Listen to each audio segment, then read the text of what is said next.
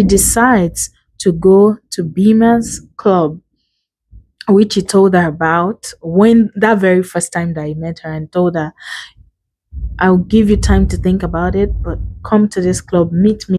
Hello, everyone, and welcome to the Mosi Experience Reads. Welcome to my channel, y'all. I am so happy to have you here. I'm super excited to be sharing with you my weekend read. It was an urban romance weekend for me. I really enjoyed the books that I read this weekend, and I'm super excited to share with you. So in this video, I will be sharing bits and pieces of my reading, just to show you me reading these books, and then I'll be giving you updates, a detailed review of the three books that I read. The books that I read for this video are Bow Down, Permission Please, and Permission Please 2. And these three books are by Authoress Masterpiece. It's my first time reading her works, and woohoo! The spice was spicing. If you are a lover of urban romance, you love reading smart, this books are the ones for you. These books, they're for you. They were written for you. Go grab a cup of coffee or a chilled cup of Coke or anything that you're just gonna feel good sipping on, and let's enjoy this beautiful ride together as I tell you and share about my experience while reading these books. Thank you once again for joining, and please don't forget to like, comment, and please subscribe. You can also share my videos. I'm really excited about this new journey. I love how I'm sharing book reviews and also telling stories about my life as a whole. So, looking forward to experiencing and enjoying this video together. Ciao! Welcome to Mosi Experience Reads. In this vlog, I'm going to be sharing with you three books that I read by Authoress Masterpiece. Wow, those books. I have a lot to say, and I really want to go in because the category, like the genre, is urban romance, but also with lots of spice.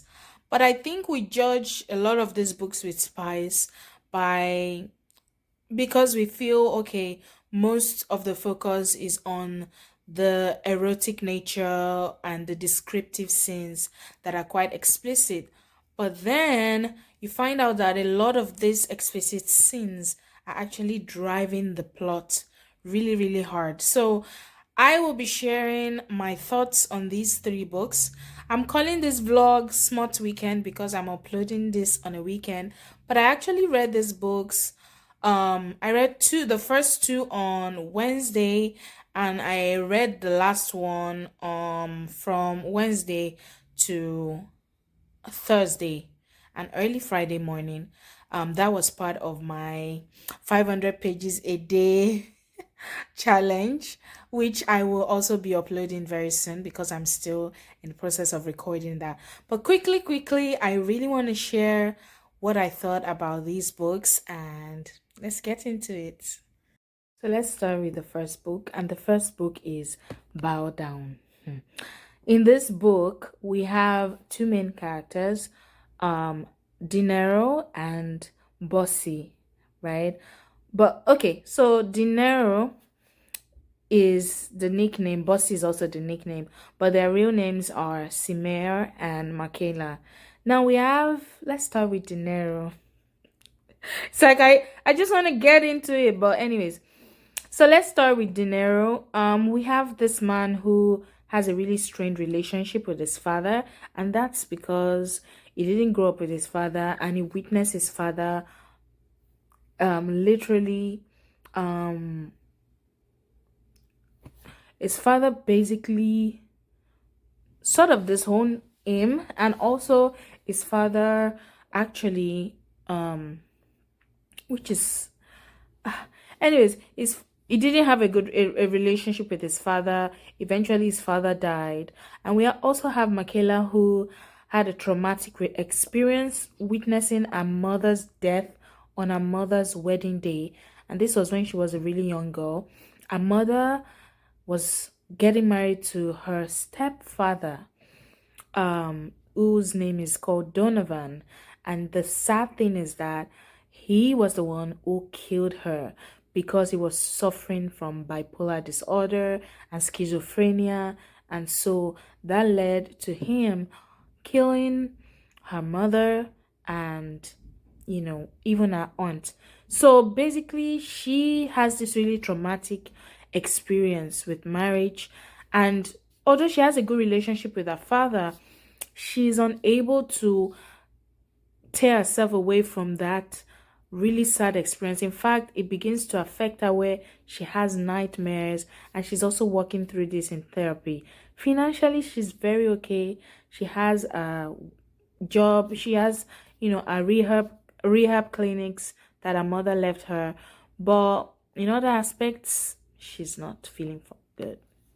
Now, how does Bossy, or Michaela, how does she move past, this trauma? She does it by being in the BDSM space where she's able to exert control, and she's basically a referee of BDSM couples at a particular club. So I don't want to go. I mean, I'm already giving spoilers, but my main thing is I really want this vlog to touch on how these books move beyond just the sex, because they talk so much about trauma. And now for Bow Down, we see how trauma literally disrupts a person's childhood and eventually causes them to carry on some of those issues into their adulthood. And this is something that we really see so much manifesting in the life of Michaela or Bossy. Now, when we look at Dinero as well, he's unable to feel connected to his uncle, who we later found out is actually his biological father, but had to lie that it was just his uncle, so as to preserve his own brother's legacy. Such a weird dynamic. But anyways, what we see is how for Dinero, he struggles to is part of the BDSM world because that's how they basically meet, right? It's part of this BDSM world because that's a controlled space. That's a space he can control. That's a space he also can exert power. That's something that is not out of his control, right? He doesn't have a relationship with his father. His mom is dead. He names his dog Ruby. He has a health condition that makes him faint when he has low blood pressure. Like, it's a lot of things that he can't control, but this world he definitely can. Oh, it's another day, and I'm gonna continue recording the video. So I stopped at Dinero and why he's part of this BDSM community, which for me is a way for him to control something, because there's a lot in his life that's out of his control. And this is a space that he can be in charge and he can exert his sexual preference and peculiarities in that particular space. So we see both of them. These are both troubled individuals, but who are trying their best to overcome the trauma they've experienced. And we see how beautifully they connect because of that. So I really like the aspect of the story. And I think the author does an amazing job of showing us that, you know what? Doesn't matter the trauma you've been through, you can come together even as traumatized individuals and make something new, make something beautiful. That's something that I really, really loved about that book. Now I'm going to talk about the second set of books, Permission Please Part 1 and Permission Please Part 2. And these stories focus on, yeah, you guessed right, Beamer, who is Dinero's friend, and his real name is actually Antonio, and we figured this out in the book. So it's time to talk about Beamer and drum roll, Nairi's beautiful relationship. So let's talk about Bima and Nairi's love story. Yay! So I'll read quickly the Goodreads review to give you an idea of this book. So Anthony Bima Davis dominated his way into Nairi Reid's life at short notice in lightning speed. From their first encounter, Bima knew Nairi would end up on her knees begging for his permission to unlock all our wildest fantasies. Nairi's submission is the main thing that Bhima seeks to obtain. Along the way of him dominating her full force, lines get crossed and so do boundaries. Imagine a man making you feel all the things that you never felt before, a man who studies your body and listens to your heartbeat to know when you're close to the peak of insanity. Tasting your tears and replacing your fears with assurance of security. Could you fall in love with the person the way a person makes you feel while capturing your mind as they take control over your body? This is a paced spin off to the best selling book Bow Down. And it ends with enjoy and read with caution. Oh my goodness. When I started reading this book, there was a whole disclaimer at the start like, please, this book has a lot of spice in it.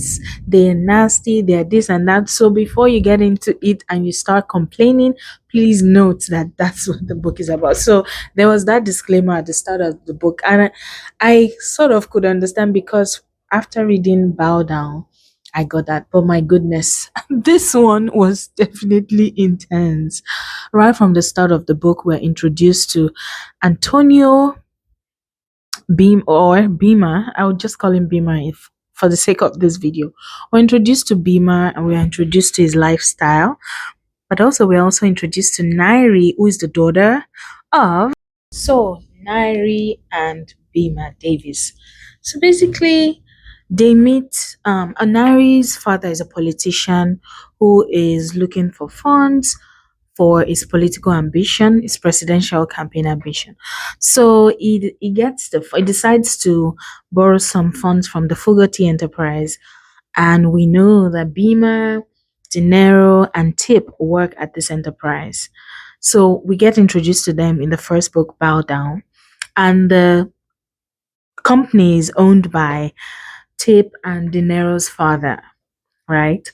So basically we find Beamer, I mean Nairi, she doesn't know this is what her father is about to do, and her father doesn't plan to pay back the $8 million that he's requesting for.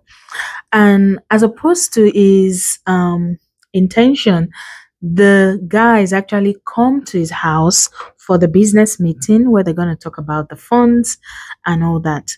And then, I mean, surprise, surprise, Bima sees Nairi, and immediately he sees her. He knows that she's drawn to him because obviously he's arrogant and is dominating um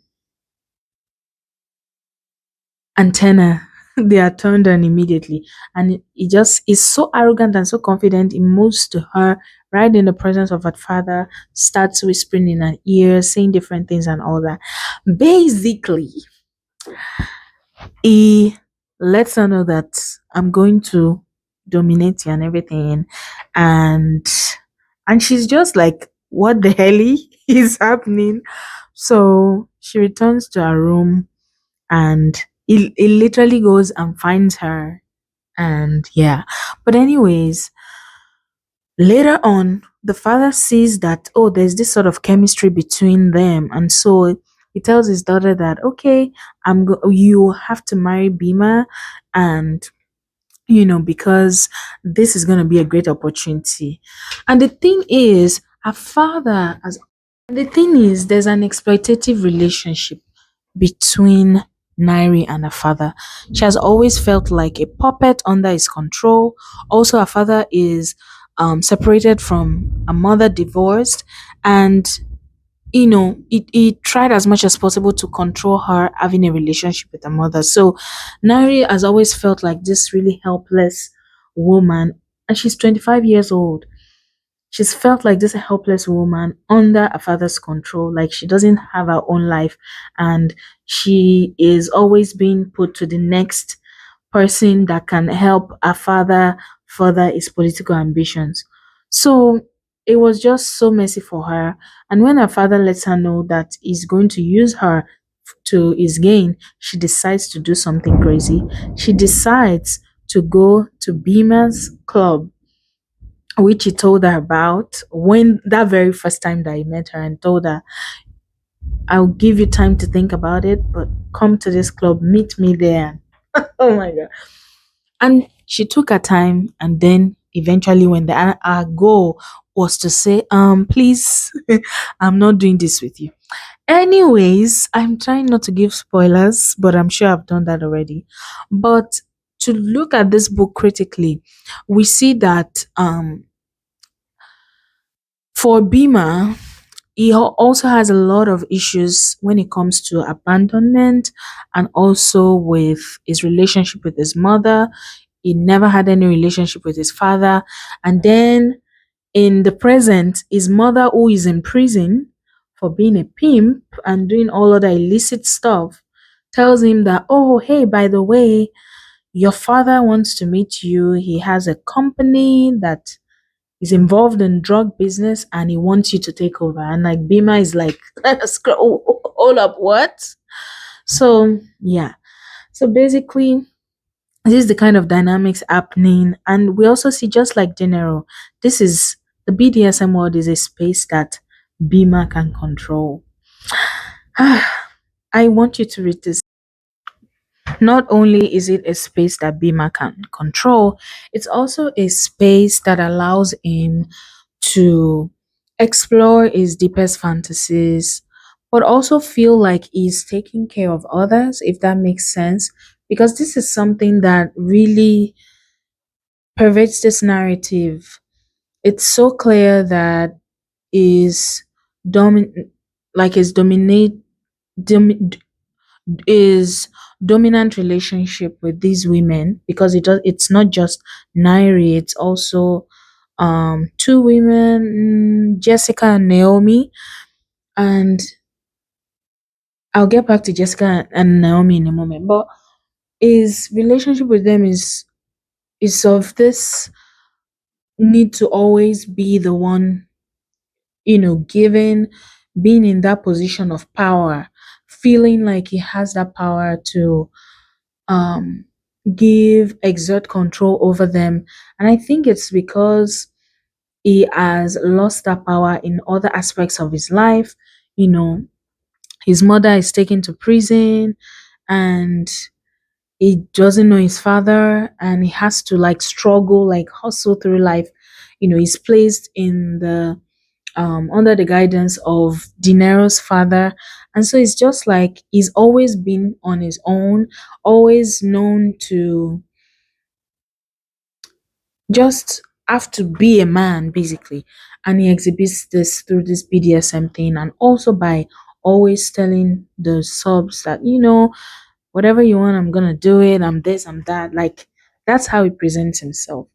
So now to Jessica and Naomi, something stood out to me, because they were both subs of his. And what happened was, eventually in book two, we see that they get married, right? And this, I mean, in book two, we see that they stop being his subs, and they basically is subless. And at this time too, he's had an issue with Nairi. And what? So I'm going to talk about part two soon. But when Naomi and Jessica leave in part two, we see that they have become free from him, and not in a negative way, but he acts like as if it's not a big deal. But we know he's deeply affected by it, because not only are these two people gone, because you get to find out, but also Nairi, is no longer in his life. So basically, in book two, which is where we get to see that, wow, we get to see more about um the tension that, and we get to see more of Bima learning that he's actually now in love with this woman, and he has to do everything to keep her and to make her see that she can be with him. So what happens, but also in a very controlling way. Of course, Bima is not just going to be like, "Oh my god, I love you so much. I can't." No, no. He's going to tell her, "I love you. We're going to be together. It doesn't matter whatever it is that you think." That's how Bima went about it. Yes. But let's return to how all of that happened. So at the end of book one, there's been a whole issue about Nairi, her father. You're going to, if when you read the book, you find out what happened to her father, and Bima's role as well. And he decides that ethically for him, he has to let go of Nairi. But before doing that, they do a lot of things together, and he just that's just it. He makes sure he closes the chapter because he has to control things. And Nairi feels so disgruntled and she's so heartbroken because she realizes that she has fallen for him, right? Yes, it started as just a BDSM relationship, but at that point, she realizes that she's liking him. So basically, what she does is she ups and leaves, and the book two starts with them being apart for over a year. Nairi is now working. She's having a better relationship with her mother. Her mother is glowing and happy that the father is dot dot dot. But the thing is, Nairi is still deeply affected by him. She's deeply affected by Bima. And so that's where we are in part two. Nairi, as she's big, and that's another thing. The FMCs in these books, they are plus size women, really beautiful, elegant, full figure. And, and that's something that I love about Authoress masterpieces writing and her description of the beauty of women who are plus size. I love that. So basically, she's put on more pounds, and so she's also dealing with some form of insecurity and all.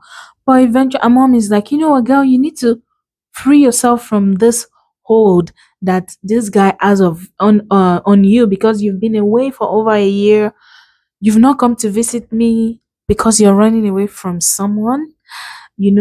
Please, you have to accept that it did affect you, but at the same time, it's okay for you to move on and live your life."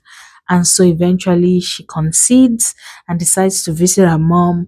And her mom is like, "Oh, you're visiting me. We're going," they go on a really nice spa date and everything. And then the mom is like, "You're young, go out, have fun, and whatever." So she goes to a new club in town.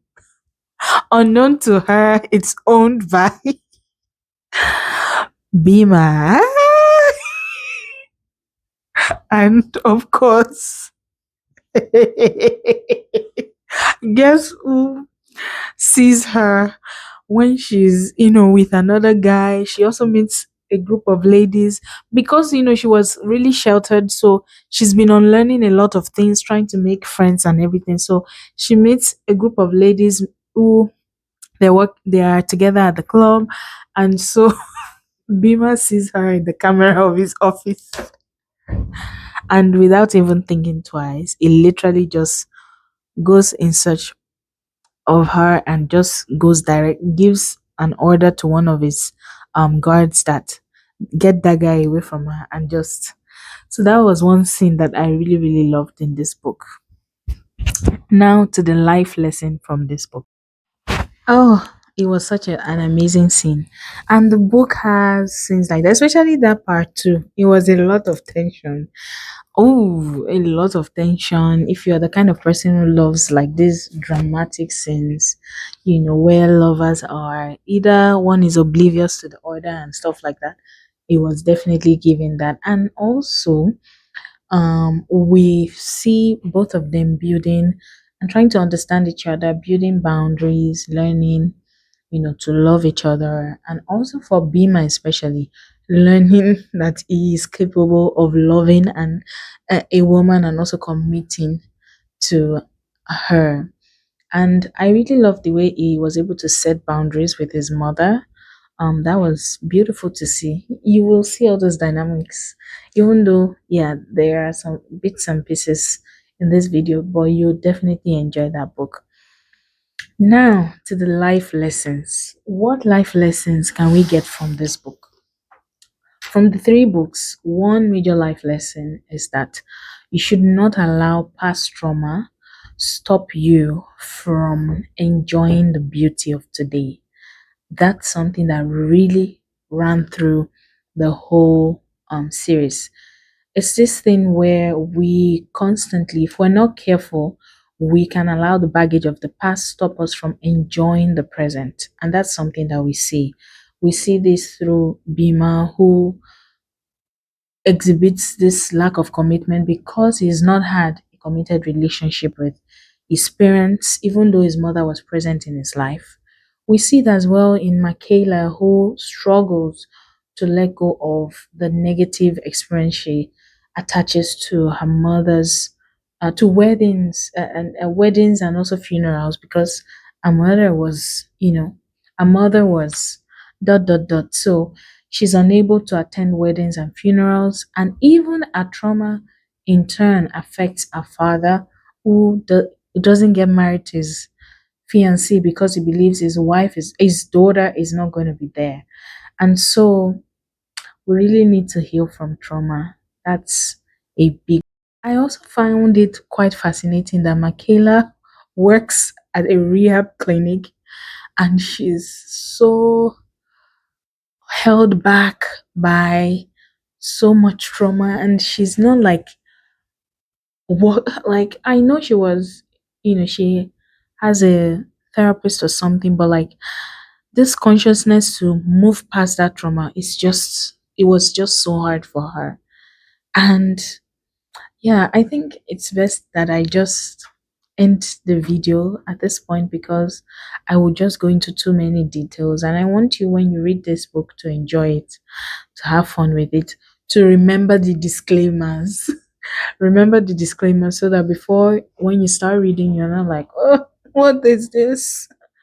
You understand that, okay, you got the warning before reading. Ooh, so I rated, when I posted my review, I think I rated Bow Down, I rated it 3.5. I rated Permission Please 1, around that as well. And then I rated Permission Please 2. I think I gave it a 4 stars. I'm not sure.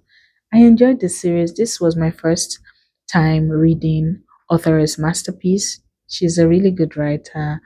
Um, and urban romance as well. So this is a genre I'm exploring. I've been exploring really, really interesting genres. From dark romance to dark fantasy romance, and now urban romance. So I'm really excited to get deeper into the different romance genres. But this was an amazing read for me. I had a wonderful time entering this world, and I encourage you to read the books as well. Thank you so much for watching, and until next time, I'm gonna bring you another amazing vlog. So I'm recording my April to June reading vlog, and I look forward to sharing what I read in those 3 months. Bye. Wow, what a ride! What a ride! From the intense power play in Bow Down to the deliciously dominant energy in Permission Please, and then the absolute madness of Love and Control in part 2 of Permission Please. This weekend was so electrifying for me. I went in thinking that, I had this plan and to just enjoy and everything, but my oh my. Hey, these books had me on a chokehold. So yeah, this is a wrap on my urban romance weekend. I honestly didn't expect these books to take over my life for the weekend. But here we are. The drama in these books, messy, the chemistry unhinged, the power dynamics. Oh my gosh. Let me just say that my jaw is still on the floor. I love these books so much. I really liked Bima and De Niro. They had me yelling at my Kindle. And even the dumb sub energy, like that was given. And I really appreciated the author. This is my first time, as I said, of reading her works, and she knows exactly what she's doing. She's a great writer.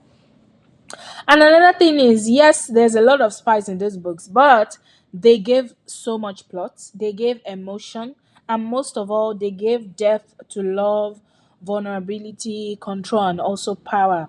So if you've read any of these books, please let me know your thoughts in the comments. And if you're just discovering them, buckle up. Read the disclaimers because you are in for a ride. Thank you all for watching. Please don't forget to like, subscribe, comment, and let me know which book or author I should binge next, because I'm really, really open to reading new books. And yeah, so I'm going to be back soon with another reading vlog and also my storytelling about life and just reflections on my PhD life. So thank you all for hanging and staying with me. I really, really appreciate y'all. So ciao ciao. Bye.